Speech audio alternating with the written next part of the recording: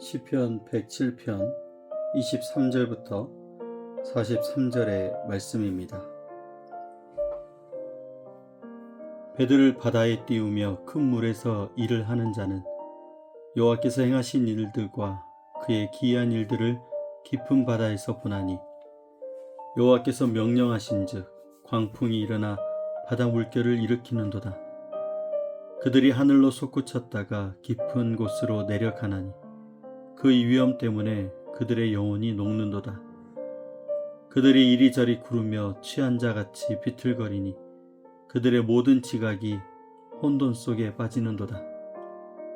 이에 그들이 그들의 고통 때문에 여호와께 부르짖으매 그가 그들의 고통에서 그들을 인도하여 내시고 광풍을 고요하게 하사 물결도 잔잔하게 하시는도다. 그들이 평온함으로 말미암아 기뻐하는 중에 여호와께서 그들이 바라는 항구로 인도하시는도다. 여호와의 인자하심과 인생에게 행하신 기적으로 말미암아 그를 찬송할지로다. 백성의 모임에서 그를 높이며 장로들의 자리에서 그를 찬송할지로다.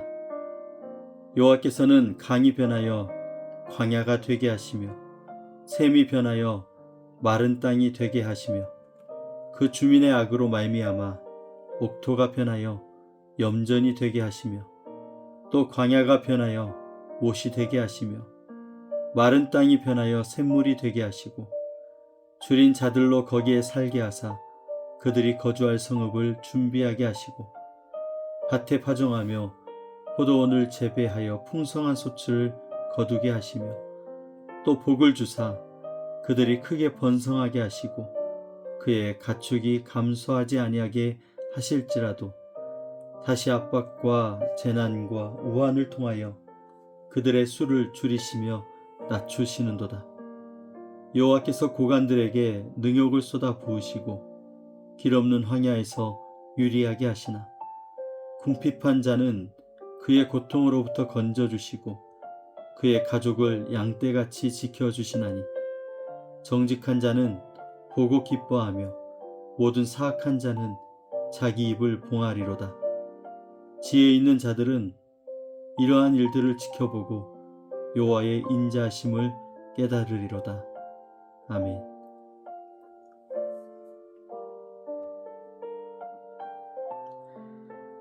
오늘도 함께 5가지 묵상법을 가지고 오늘 우리에게 주신 말씀을 함께 묵상하며 하루를 시작하겠습니다.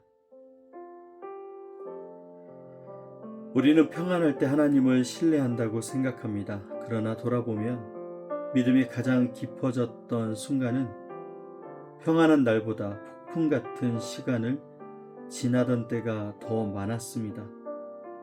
건강을 잃었을 때, 계획이 무너졌을 때, 아무리 애를 써도 상황이 바뀌지 않을 때 우리는 비로소 하나님을 바라보게 되었습니다.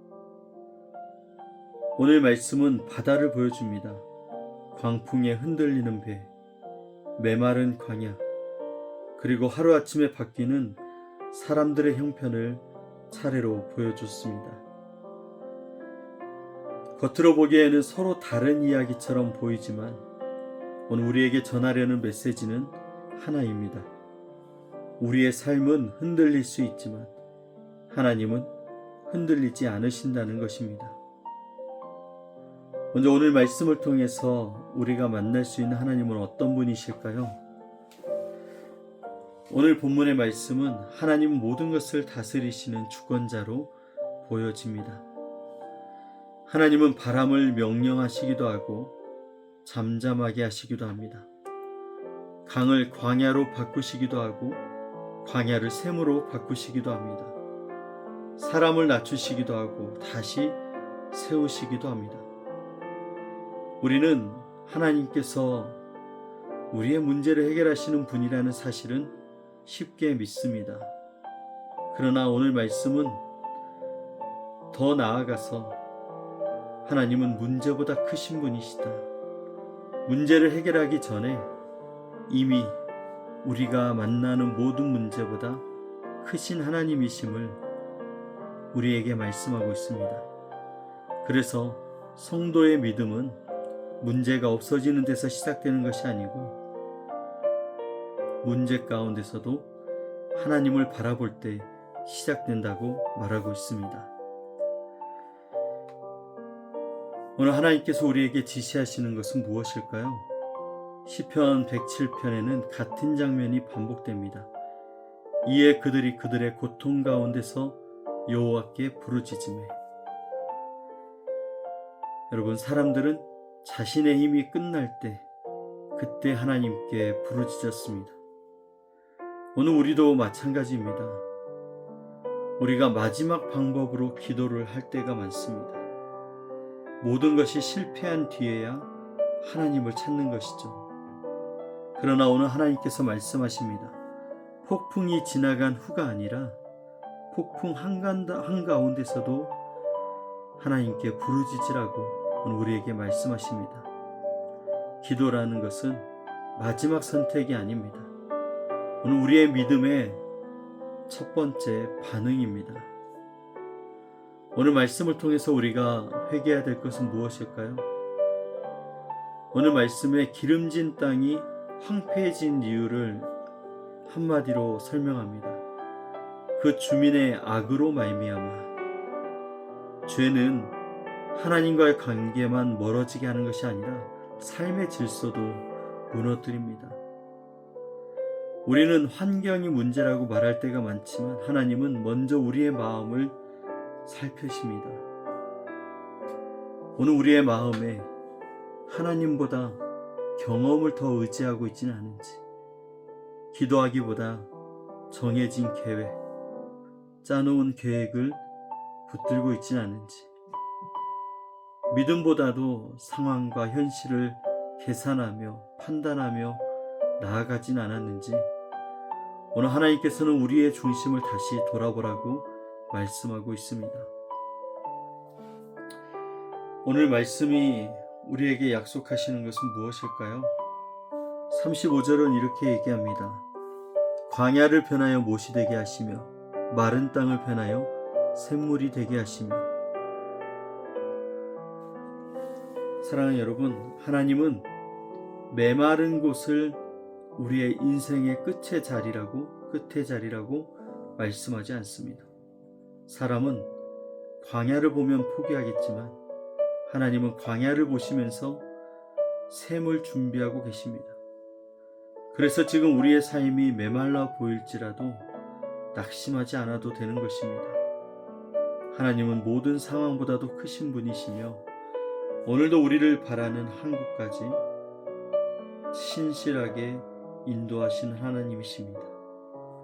무엇보다 예수 그리스도 안에서 하나님은 죄와 죽음이라는 가장 큰 폭풍을 잠잠하게 하셨습니다. 그러므로 우리는 어떤 현실 속에서도 소망을 잃지 않을 수 있는 것입니다. 여러분, 오늘 말씀은 우리에게 어떻게 살라고 말씀하십니까? 시편은 마지막에 이렇게 이야기합니다. 지혜 있는 자들은 이러한 일들을 지켜보고 여호와의 인자하심을 깨달으리로다. 지혜로운 사람은 특별한 능력을 가진 사람을 이야기하지 않습니다.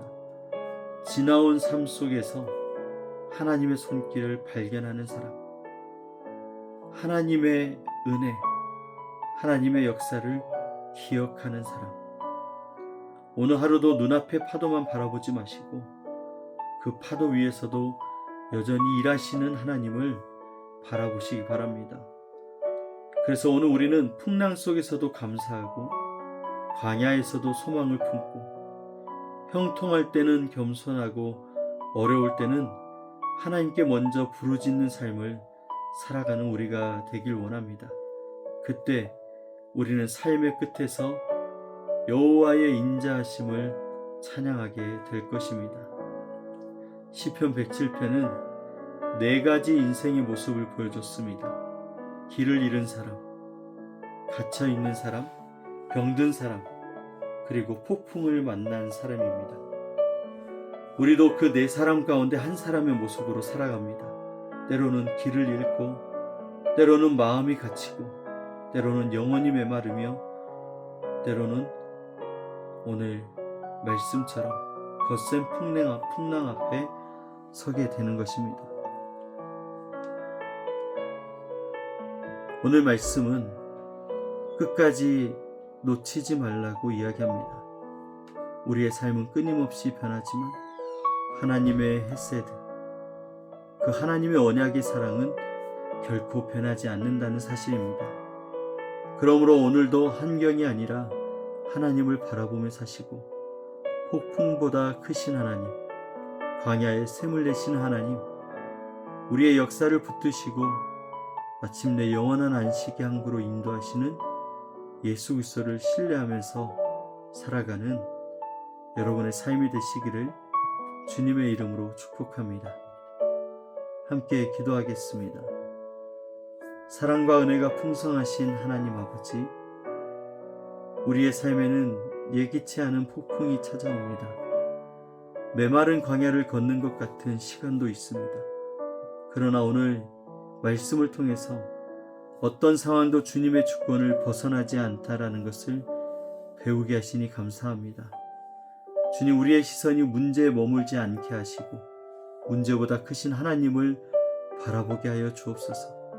우리의 힘과 경험을 의지하기보다 먼저 주님께 부르짖는 믿음이 있게 하여 주옵소서.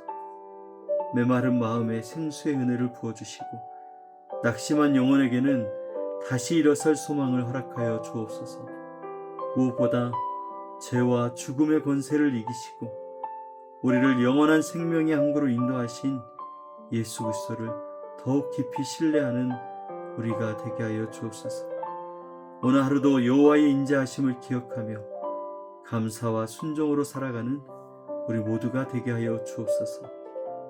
우리를 구원하신 예수 그리스도의 이름으로 기도드립니다.